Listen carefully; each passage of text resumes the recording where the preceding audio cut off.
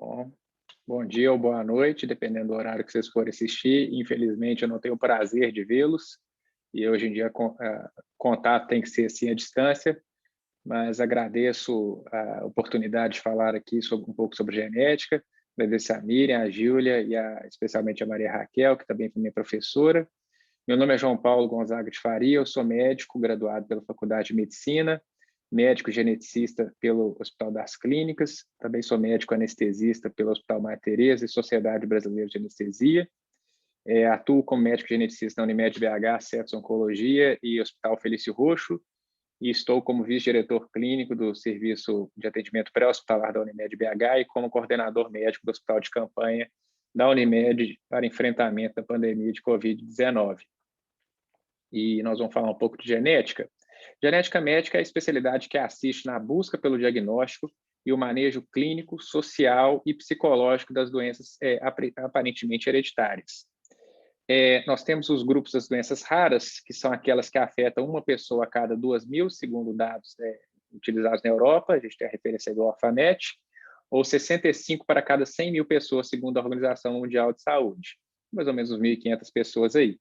Atualmente, com o avanço da genética, a gente pode também tentar fazer uma relação de causa e efeito nas doenças multifatoriais, que são tem vários fatores atuando aí. Aí, citando de exemplo, autismo e atraso de desenvolvimento da criança, ou alguns casos de oncogenética, por exemplo. O que então a gente busca na consulta genética? Uma vez que a causa genética é definida, o aconselhamento ganha uma outra dimensão, porque ele informa as pessoas da família o risco deles próprios serem afetados, ou serem portadores e transmitir a condição encontrada. O aconselhamento genético, então, que é o processo da consulta e o que o geneticista faz, propriamente dito, é uma exploração, comunicação e convergindo as informações técnicas com a complexidade e individualidade daquele indivíduo ou daquela família. A gente tem que compreender os componentes clínicos, a parte fisiológica daquela condição, que é uma condição médica que pode afetar vários sistemas do corpo.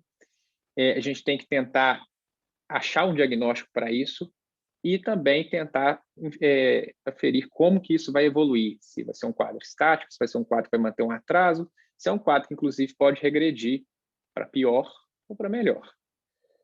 Tentar transmitir os mecanismos hereditários disso. Olha, isso pode passar dos pais para os filhos, podem ter novos filhos com isso.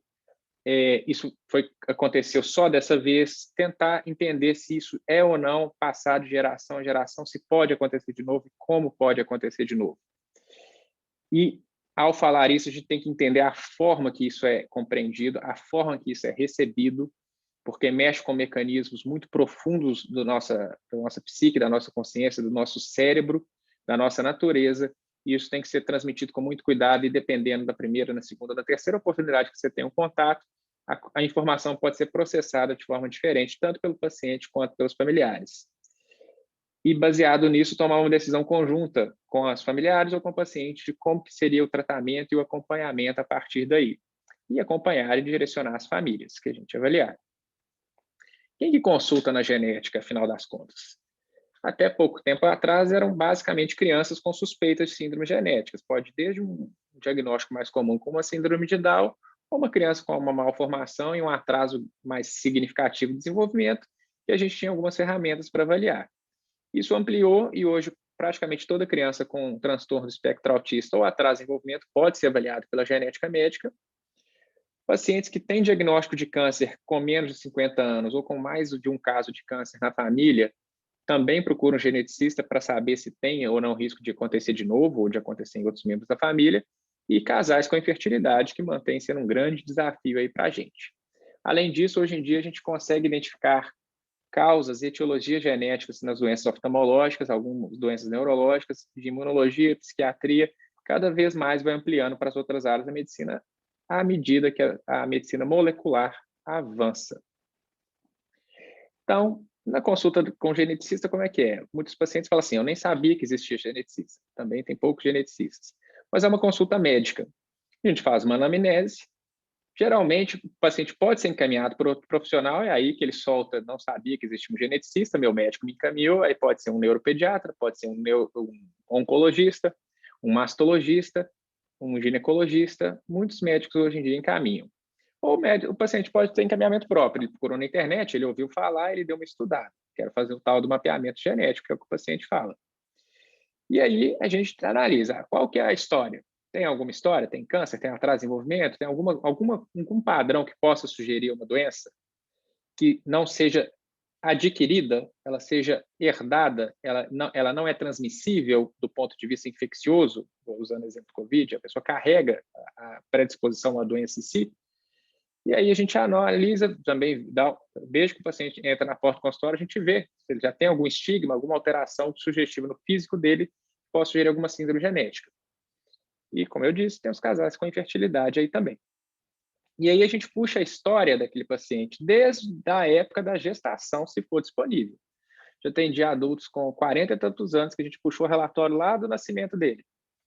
A história gestacional é importante porque pode ter tido alguma exposição que afetou o desenvolvimento daquele corpo daquela criança. E depois disso, a gente tem também que ver quando que começou esses sintomas. Foi no primeiro ano de vida, no segundo ano de vida, no terceiro, na fase adulta?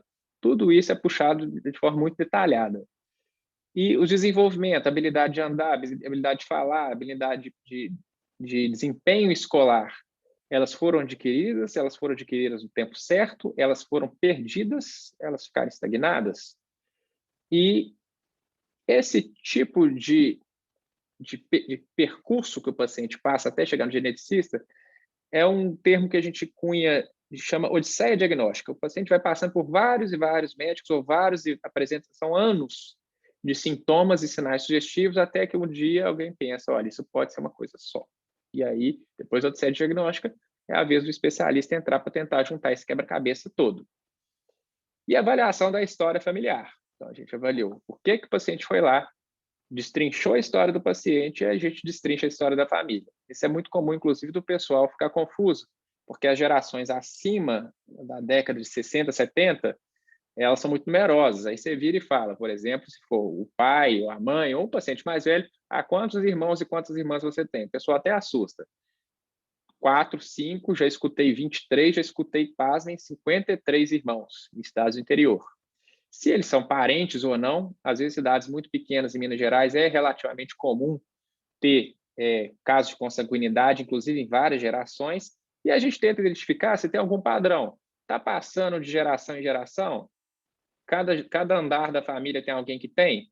Ou é só aqui que teve primo casado? É só homem que pega? É só mulher que pega? E aí você tem alguns padrões, que são autossômico recessivo, autossômico dominante, herança ligada ao X, herança mitocondrial e herança multifatorial, que a gente tenta estabelecer se tem chance disso acontecer de novo e aonde que a gente está procurando a alteração genética que dá aquele quadro que levou o paciente ou a família a procurar um geneticista. E o que é um padrão de herança autossômico dominante? Esses termos todos foram cunhados e estabelecidos pelo Mendel, que era um monge que fez os estudos com ervilhas, que são ambientes controlados, e para tentar estabelecer padrões de herança monogênica. E nesse caso aí, o autossômico dominante é quando sucessivas gerações, metade das pessoas tem alguma doença. Aí não respeita se é homem ou mulher, pode pegar todo mundo. Tem alguns dados que interferem nisso aí quando você pega uma espécie mais complexa como o Homo sapiens. As doenças dominantes elas têm que ter um coeficiente de adaptabilidade. Se a pessoa tiver uma doença dominante muito severa, pode comprometer ela a encontrar um parceiro para ela ter filho, ou a doença pode até matar a pessoa antes da idade reprodutiva. Então, nem sempre você encontra na família os 50%, metade das pessoas com esse tipo de herança dominante. Pode ter outros fatores envolvidos aí, pode ser um caso novo também. Mas a gente tenta avaliar aí, olha, está passando, vovô, pai, mãe tiveram, filho também, e quantos irmãos tiveram, que aí pode ser uma coisa que vai determinar que, olha, tem chance do seu filho ter o que você tem. E dependendo do que for, a pessoa pode não querer ter filho, ou ser uma coisa que ela não vai querer passar. Tem alguns casos de câncer, por exemplo, que são autossômico dominante, que a pessoa desenvolve câncer com 20 anos de idade. E aí, isso é uma forma já de ter uma pista. Olha, esse padrão dominante, o que tem de dominante das 7.000 síndromes, só das doenças raras que a gente está pensando? E tem também o padrão de herança autossômica recessivo, que, nesse caso, os pais carregam uma alteração genética, todos nós carregamos alguns genes defeituosos, mas eles não se manifestam porque você tem um reserva do pai ou da mãe. E quando junta duas pessoas parecidas, e também tem mecanismos ambientais que interferem nisso, aparece um filho, ou dois, ou três, herdando aquela mesma condição dos pais. E eles não sabem o que acontece. Às vezes gera uma criança, gera duas, e ela está herdando as duas alterações que geram um problema para ela. O problema dos genes autossômicos recessivos é que eles são silenciosos, os casais saudáveis carregam, e a gente tem alguns mecanismos que não são muito bem compreendidos por nós, que é um casamento por seleção. A gente tende a se atrair pelos nossos semelhantes. Inicialmente pode parecer uma questão só de aparência física, mas não é. Tem questão de personalidade, tem questão de adaptabilidade às adversidades e adaptação à relação monogâmica, inclusive. Isso tudo são expressões gênicas, isso tudo é fenótipo também. Então, às vezes, os genes recessivos eles se expressam de formas que a gente não compreende bem, que levam os semelhantes a se atraírem. Em populações muito remotas, isso é comum, isso culmina num casamento de primos, inclusive. Então, mas o risco geralmente é baixo de duas pessoas numa população grande, como uma metrópole, se encontrarem. Geralmente, manifesta aí o risco de acontecer de novo é de 1/4 dos filhos, 25%, de terem a manifestação. Mas isso já é uma dica também, olha, se o casal for consanguíneo, provavelmente é uma alteração recessiva. Casal consanguíneo, geralmente quando o primo casa com o primo de primeiro grau, que não é tão incomum assim em Minas Gerais, ok? Em algumas cidades é mais comum ainda.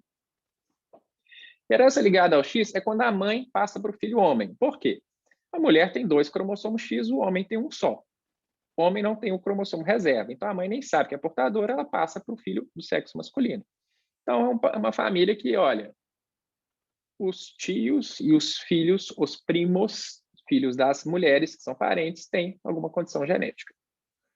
A herança mitocondrial tem um quê de desastre aqui, porque são quadros muito graves. As mitocôndrias são os motores do nosso corpo. E o heredograma aqui está modificado, não é à toa, não. Geralmente é um casal que tem vários filhos, independente se é homem ou mulher, não tem casa nenhuma na família, que vai gerando filhos com doenças graves. Às vezes são doenças que têm atraso grave de desenvolvimento, tem epilepsia, e aí pode ser uma questão de DNA mitocondrial, que é um outro DNA que a gente tem no nosso corpo, de um órgão que está dentro, organela, um órgão da célula, que tem um DNA próprio, cuja principal função é produzir energia para o nosso corpo. Então, dá um problema geral no corpo quando você tem uma doença mitocondrial. São pessoas que, às vezes, não chegam à idade reprodutiva, por isso que eu não coloquei prole. Em alguns casos, pode chegar. E a doença multifatorial é o caso, por exemplo, de doença genética aqui, que tem componente ambiental. Por exemplo, diabetes é uma doença super comum. Diabetes tipo 2, principalmente, mas não tem um gene para isso. São vários genes, mais o ambiente, mais epigenética, que é a interação do ambiente com os genes, interagindo. É como se fosse uma interpretação de um texto genético de acordo com o ambiente, e várias pessoas têm aquilo ali, mas não existe um exame específico para isso, não. Tem algumas doenças que têm um componente fatorial com uma presença genética, vamos dizer assim, maior. Por exemplo, quadros psiquiátricos, esquizofrenia, por exemplo, e transtorno bipolar tem um componente hereditário muito grande, apesar de não ter um gene específico. Pode ter um mecanismo, inclusive, de casamento por seleção, porque um transtorno psiquiátrico geralmente não consegue se estabelecer de longo prazo aí numa relação com uma pessoa que não tenha nenhum tipo de transtorno também. Ok? Mas herança multifatorial, às vezes a família fala, tem muito caso de Alzheimer, tem muito caso de Parkinson, caso de infarto. Tudo bem, tem um padrão, mas não tem como a gente identificar isso com a medicina molecular atual, que, por enquanto, busca erros mais grosseiros e isolados no DNA. Aí, isso tudo foi para falar da conversa sobre a história da família. E aí a gente faz um exame morfológico, olha para a cara do paciente e fala, ele tem alguma alteração física que sugira uma síndrome genética? Maior distância entre os olhos, a cabeça grande, a cabeça pequena, o peso baixo, o peso alto, compulsão alimentar, sobrepeso, o formato do crânio, tudo isso são peças do quebra-cabeça. E, ainda bem, hoje em dia, a gente ainda tem apoio de inteligência artificial. Você faz uma imagem do rosto do paciente, o programa já compara com mais de 7.000 síndromes automaticamente em questão de segundos, que é basicamente o trabalho que a gente faz no braço, que é pegar esses dados, pegar o livro e estudar. Então, hoje a gente pode fazer esse cruzamento. Faz a análise do exame morfológico clínico e ainda usa um programa de inteligência artificial para ver se bate as hipóteses, ele levanta umas 30 com probabilidade, e para pensar assim, olha, pode ser isso aqui mesmo. Então, se sua hipótese bateu com essa análise, provavelmente o negócio está por ali. E também tem o exame médico, que é pressão, coração, pulmão, exame neurológico, a gente olha o oftalmológico, às vezes pede apoio para o oftalmologista, olha a pele do paciente, olha o abdômen, escuta aquele negócio, o médico tem que medir a pressão, e desenvolvimento puberal, às vezes algumas crianças ficam constrangidas, a gente tem que avaliar a genitália também. E aí a gente senta na frente do paciente e começa a estudar. A gente tem bancos de dados, ainda bem também, que você consegue acessar a literatura médica mais recente, tudo em estrangeiro, em língua inglesa, a maioria, que você consegue ver o que tem mais recente daquilo ali que você está pensando. E aí você pode avaliar qual o exame que eu vou pedir, se tem exame para pedir. E o exame genético é uma coisa que meio que tem um quê de ficção científica, mas que hoje em dia já avançou muito, ainda bem também. Há poucos anos a gente tinha muito pouco recurso. Basicamente, a primeira pergunta que o paciente faz é assim, é exame de sangue? Teoricamente, pode ser por saliva. Qualquer lugar que tenha células, você pode fazer uma análise. Mas o sangue, você tem maior concentração de células, glóbulos brancos, que tem DNA. Então, você colhe o sangue como se fosse um hemograma, não precisa de jejum, que vai ter ali milhares e milhares de células com DNA para você poder fazer a análise desse DNA. E como que você analisa o DNA? Exames genéticos. O nosso DNA é essa imagem. Isso é uma estante com 46 livros. São 46 cromossomos e tem aproximadamente 20.000 genes ou 20.000 palavras, se preferirem, escritas aí. E esse primeiro exame, e aqui tem um exemplo de distribuição de alguns genes que tem relação com oncologia. O primeiro exame que a gente ainda utiliza pedir é o cariótipo, que você vai visualizar que está tudo ali. A estante está ali, tem cromossomo a mais? Síndrome de Down, você tem um cromossomo a mais ali, o 21, são 3.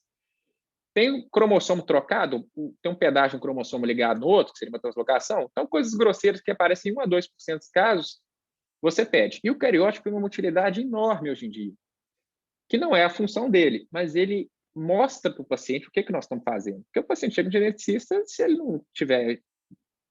É um tema que é chato na escola, raramente a pessoa gosta de genética, e não tem uma imagem do que está fazendo. Aí você vira e fala, isso aqui é seu DNA. E o que nós vamos fazer com esse DNA? Primeiro, ele está normal? Tá. Então, a gente pode começar a buscar em alguns pontos se tem alguma alteração. Por exemplo, você tem uma análise para o PCR e o paciente sempre assusta com isso, que é uma sonda. Aí ele acha que sonda é nele. Não, mas é uma sonda genética, uma forma, uma peça de Lego, que ela vai lá e faz o que você quiser naquilo ali. É isso aqui que eu estou procurando? Naquele lugar? Um exemplo ali, o gene que causa a síndrome de X frágil, que é uma das causas de autismo infantil, o retardo mental no sexo masculino. Você tem a sonda molecular, ela vai só ali para procurar aquilo ali que você está procurando. Está aumentado? Está mutado? Isso aqui está do jeito que eu estou pensando? Sim, deu positivo ou deu negativo, não tem essa alteração. Vantagem dessa técnica, ela é, em relação às outras, ela é mais barata, só que ela é muito específica, só que ela não serve de exame de rastreio. Ela vai ali direto. Tem uma outra técnica parecida com ela, que é o MLPA. Você faz uma técnica parecida com essa, só que em vários pontos do DNA. Procurando aquilo ali. Tem uma síndrome que dá isso, é uma área maior que o PCR, ou são várias áreas, o MLPA vai lá com as sondas e vai verificando o que você está procurando. Muito útil também para ver se não está faltando um pedaço, ou se não tem pedaço a mais do DNA, se não tem parágrafos a menos ou parágrafos a mais. Ainda bem, nós somos contemplados hoje em dia por quase todos os exames genéticos, pelo menos nos planos de saúde. Você tem um exame que chama Análise por Hibridização Genômica Comparativa. Esse nome se chama CGH. É só ler o contrário. O que é que esse exame faz? São milhares e milhares e milhares de sondas que vão contando quantas linhas, fazendo uma analogia, tem no DNA. Você pega a estante de livro e fala assim, ó, o texto está todo aqui, está faltando algum pedaço? Esse exame é muito poderoso, ele identifica se tem microdeleção, se está faltando 1, 2, 3 genes, ele consegue detectar isso. Se tem gene a mais, onde que o negócio está, ele consegue detectar se os cromossomos são parecidos. Já tivemos casos no consultório olha, não está faltando nada, mas metade desse DNA aqui é igual. Metade do DNA é igual, você vai olhar, todo mundo era parente, provavelmente uma causa de consanguinidade aí que juntou vários e vários genes recessivos. Extremamente poderoso esse exame, foi uma coisa disruptiva ter esse exame disponível na análise clínica. Só dá para fazer se tiver plano de saúde. Infelizmente, não tem no SUS e no particular é um exame que custa quase R$7.000. E pode ser que tenha que fazer dos pais para comparar. E agora, em abril, o exoma chegou nos planos de saúde também. O que é o exoma? Você vai pegar o texto, a estante, e você vai ler as palavras, não as letras, que aí seria o genoma. Mas você vai conseguir ler a parte do DNA que, teoricamente, faz as proteínas, os exons.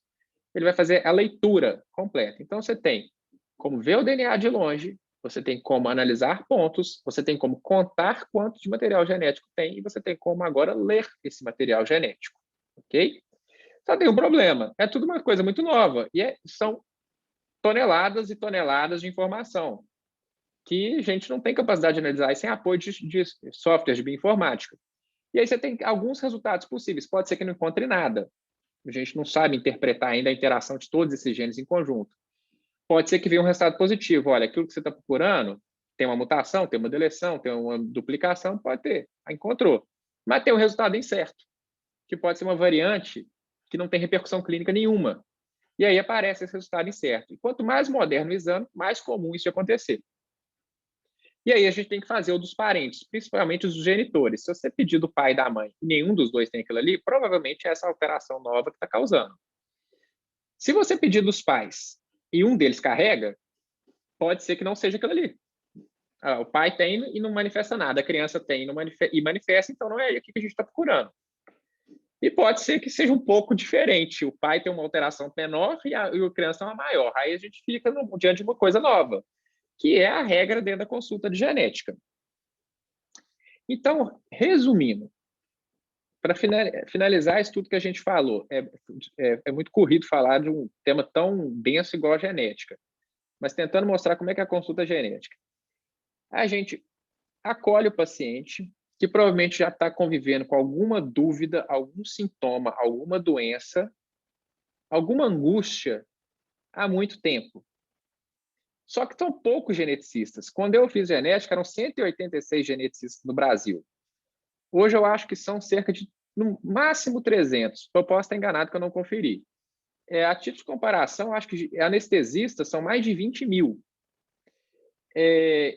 E a educação médica de faculdade na genética não é ensinada por médicos geneticistas, porque tem pouco médicos geneticistas. Então, você tem uma formação um pouco carente dessa parte de exames e de síndromes genéticas.